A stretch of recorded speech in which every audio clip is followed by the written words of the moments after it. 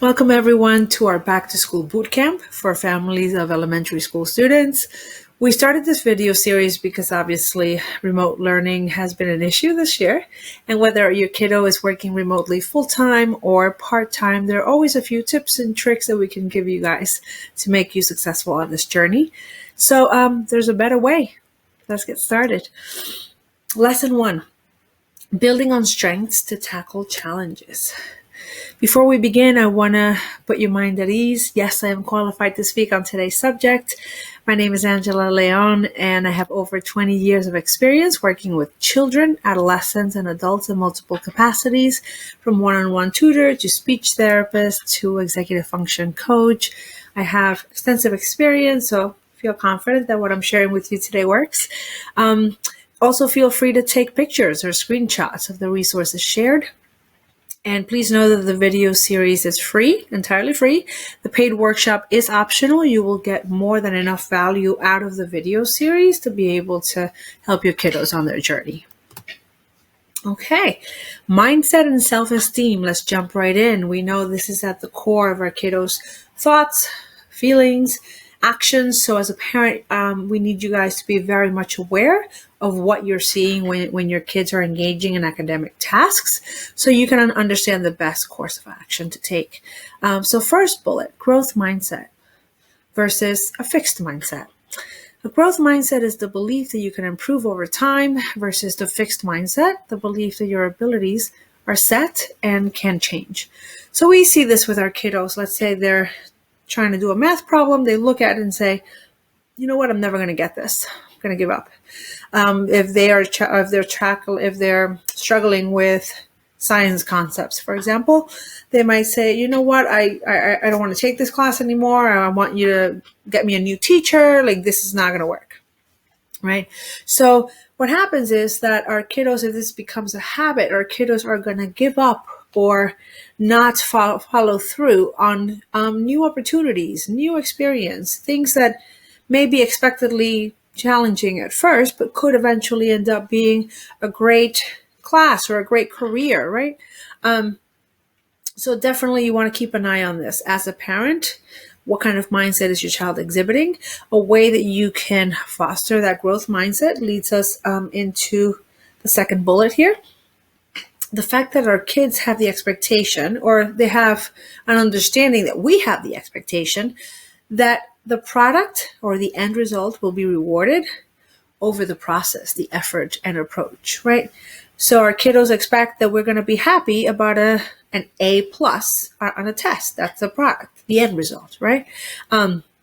Versus not only, of course, I don't expect you guys to not be happy about an A plus, but in your excitement about the A plus, we want you to also remember to highlight their process, right? Tell them, I see the amount of hours, or I saw the amount of hours you studied this month, and I saw the amount of times that you stayed after class to work with your teacher one-on-one.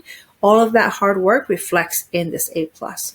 That is a great way to focus on the process, not the product. The reason why we want you to highlight the process is that research has shown that when a child expects the product to be valued versus the process, they're only going to go after opportunities or experiences that will get them an A plus. So instead of taking the class they wanted, and because it's so challenging, they're going to risk not getting an A and hurting their GPA, they're going to take an easier class to make sure they get an A, right? And that way they're missing out on something that could potentially become a career or a great experience, right? They're going to miss out on opportunities just because they're only looking at that product. Versus if you reinforce process, right? No matter what happens, you're going to value their effort, the approach, the critical thinking skills that they use to get to the end. That kind of a student will definitely engage and be braver, really, about what kind of opportunities and experiences they go after. So it's what a great lifelong learner and experimenter will you create when you support the process versus the product. And that leads us into The next bullet, they're pretty much tied hand in hand. Mistakes are learning opportunities, right? Teach your kiddos that in life you win or you learn. Help them to implement the following words whenever they get a result that they might not love. Tell them to tell themselves, next time I will, okay, this time I got a B plus in order to get an A, next time I will. So of course you're focusing on that A that we all want, but you are giving them ownership of the process, and that's so empowering, right? That's the kind of critical thinker that we want to create long term. So mistakes are learning opportunities. It's fine. You don't always get it on the first try. What can we do next time to get closer to our goal? And all of these come together, right? The mindset, highlighting the process over the product, and understanding the mistakes are learning opportunities. All of these come together when they see you and the way you live. So the fourth bullet says, be a role model. Model how to tackle challenges. Model how to try different approaches. Our kiddos will do as we do, not as we say. So show them that this is the way that you thrive and you succeed. And they're more willing to change their approach to some of the situations that they're tackling in school and elsewhere. So now the point of today is to talk about how we can build on their strengths to tackle challenges, right? But if our kiddos don't know what their strengths are, what are we building on? So extracurricular activities are a great way for our kids to understand their strengths, right? Maybe they love sports and they're running track, and they learn about themselves in doing track, that they're team leaders, right? That people easily follow them and that they're actually great communicators. Maybe they like photography. And they realize that when they're really, when it's about learning lens size and camera types, they might be great at research, right? They'll spend hours reading online, comparing camera types, get books on it out of the library, watch videos on it. They might see that they're great at research and at remembering information, right? They might get to see other sides of their skill set. Let me see. There was a point I wanted to make on that. It'll come to me in the next one, right? So now this is a great activity. I think it's great. I love it. I think it's more because it's arts and crafts. Okay, so this is a fun activity that I do with my kiddos, and I'm going to slide me over to the right so you can see the full list. We make a mobile, right? And this child chose to rip apart one of her hangers to make our mobile, part of the fun. And we use paper clips to make the chains. And what we did is she hung a little card from each strip or from each chain. And on each card, we wrote her strengths, skills that make her successful in all areas of her life, right? So she wrote, not giving up, know myself, just do it, focus, hard work, and creativity. Now, aside from the arts and crafts activity, we had so much discussion about a time that she exhibited these skills and how that situation went and how it actually turns out that this is something that she sees herself doing in different situations. And we had a long conversation about all that, right? We discussed each of the strengths she listed and how they made her successful. And we went into detail into the situation, right? Each event. The reason why I'm showing you the second picture is because this was such a meaningful activity to this child that every week I came back to her home, I saw that mobile hanging in a different part of her living room. She was actively moving it around. She would bring it up in conversation all the time. And when she was trying to prove a point to me, she would go and grab that card and highlight that that was a skill that she was exhibiting in that moment, right? And what happened was this became such a meaningful part of our time together that I think it was after this session that I really broke through, and she started to let me in and accept my advice when it came to her education, to her academics, right? Before then, I was just a weird lady that would come in once a week and make her do things that she hated. So we had ample discussions around these events and how she was successful in them by exhibiting these tools, these success tools that we call them. So it's pretty much these skills, right? There are qualities that she has that she implemented in the situations. And the whole point of all this was just to really give her a different lens to see herself, right? She mostly talked about herself as academically challenged, and I wanted to kind of change the conversation around that. And it doesn't have to be a mobile, right? It could be, I don't know, a collage where you take pictures and make comments, write captions about what the event was and how you were successful and what you did to be successful. The whole point is to have kids have something tangible that they can keep going back to and looking at.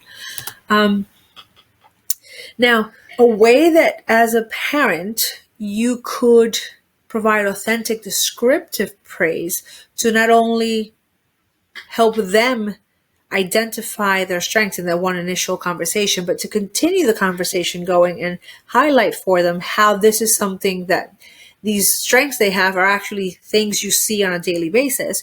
You might want to add descriptive components to your praise, like, oh, I love not just good job on the essay. You might say something like, oh, just the same way that you persuade people on your track team is the way you persuaded your reader in this persuasive essay. It was, it's the same skills. Good job on that. So definitely being more descriptive and adding a bit more to that good job so the kids understand what it is that you're valuing in what happened and what they did, right? And this is actually, let me see if we can go to that link.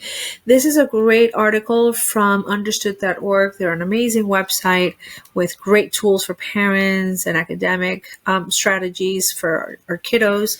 And they give you examples of situations and praise that you might want to try to give your kiddos in those situations. So for example, if the project you're looking at is good, but you know that more effort could have gone into it, you might try saying something like, that's a great start. How do you like it? Do you think it's your best effort? This approach lets kids reflect on whether their work measures up to their expectations. It also asks them to consider how hard they worked and whether they're proud of the effort they put in. So you guys might want to take a look at some of these. This is some good examples of praise. And now I know I was saying add the descriptive piece, right? Let me give you another one that might be a better example of that.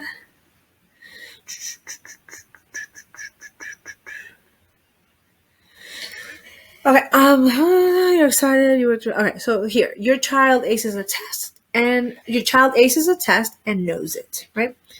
You might say, I'd love to know how you did it. What strategies did you use? Or you might say, wow, I can see why you're excited. You worked really hard, right? So just adding a bit more to that praise, a bit more descriptive language to it. It's going to help really reinforce what habits you want them to maintain.